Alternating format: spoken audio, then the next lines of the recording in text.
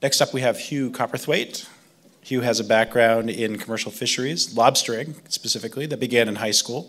Presently, Hugh is responsible for Coastal Enterprises, fisheries, and waterfront programs, which involve coordinating lending, business counseling, and technical assistance for commercial fishermen, shellfish growers, and waterfront businesses that maintain commercial fishing access.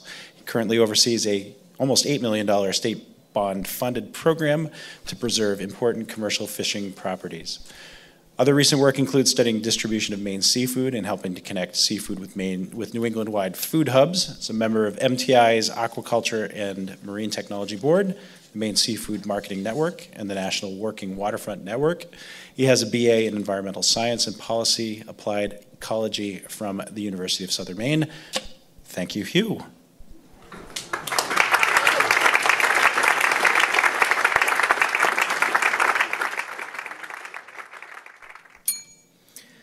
On November 30th, 1889, the 1,500-ton Chesborough ship built in Bath, Maine, wrecked off the coast of Aomori, Japan in a typhoon.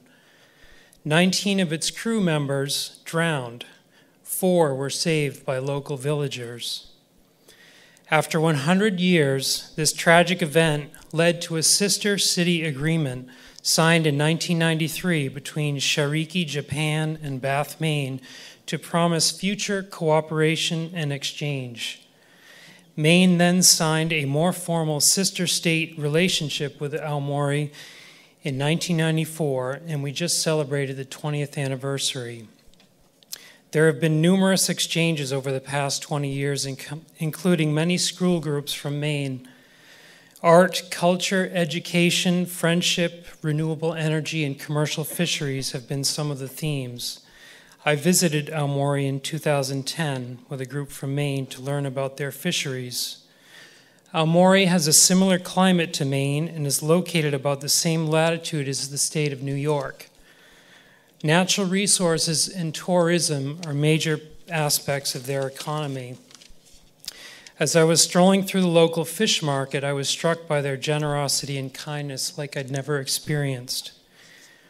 Maine's wild-caught commercial fisheries continue to decline for various reasons, including overfishing, warming waters, ocean acidification, and the threat of invasive species.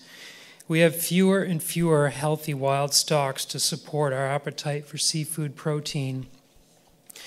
In order to increase the supply, quality, and diversity of domestic seafood, we have to be proactive and create new opportunities. We have an expansive 3,500-mile coastline to do this. We have an established shellfish aquaculture industry that is primarily made up of oysters, mussels, and clams. There is room for another species to add to this palette. Sea scallops are among the most lucrative commercial marine species caught in the U.S. 69% of Maine's commercial landings value is derived from lobster. We need to diversify from relying on a single species for economic opportunity. If the lobster fishery ever collapsed, so would many of the communities along our coast. Gone are the days when fishermen could rig their boat for a different fishery as the seasons changed. Japanese scallop aquaculture is considered to be the most successful and oldest organized effort in the world, dating back to the 1930s. Since my visit in 2010, I've been trying to find a way to bring the right people back to Japan to explore this opportunity. We currently have an invitation from the governor of Aomori to host a group of Maine fishermen and aquaculturists next fall to learn firsthand about how to grow scallops. This experience would offer an in-depth look at the history and evolution of scallop aquaculture in Japan and how it fits into their present-day culture. Many traditional fishermen in Japan have transitioned from fishing to farming the ocean. This may not be too far off for Maine fishermen who want to continue working on the water. By seeing firsthand grow-out equipment, methods, and techniques, we can reduce the learning curve significantly. I'm all for Yankee ingenuity, but sometimes it's best not to reinvent or stumble along the way. We are proposing to assemble a group of existing Maine growers to participate in this exchange. There are 7 farms in Maine experimenting with scallops now. These are motivated individuals who will be the quickest to get up to speed and benefit the most. For nearly 15 years, some Maine lobstermen have been collecting wild scallop seed based on Japanese techniques. To date, this has primarily been an enhancement technique to rebuild wild stocks. Now it can be a source of revenue for Maine fishermen and a seed supply for growers with lease sites. Scallops swim, and they must be contained unlike other species of shellfish. One form of grow-out involves the use of bottom cages that sit on the ocean floor. Lobstermen's boats are already geared to haul lobster traps and can easily handle scallop cages.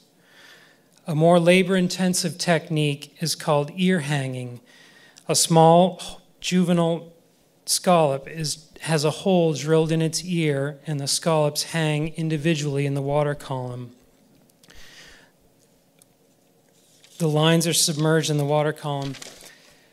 Handling individual scallops is a labor-intensive activity, but it works. Maine has developed close ties with a Japanese businessman, Mr. Sugiyama, and his company, Mutsu Kaiden Tokiko. In Maine, we still have plenty to learn from the Japanese, and an in-person exchange is the most efficient way to do this. The Friends of Aomori relationship has helped to empower me and others to help preserve a way of life on the Maine coast and contribute to the economic prosperity of our fisheries. If we continue to foster the Maine Aomori exchange through generosity and kindness, I know good things will come of it.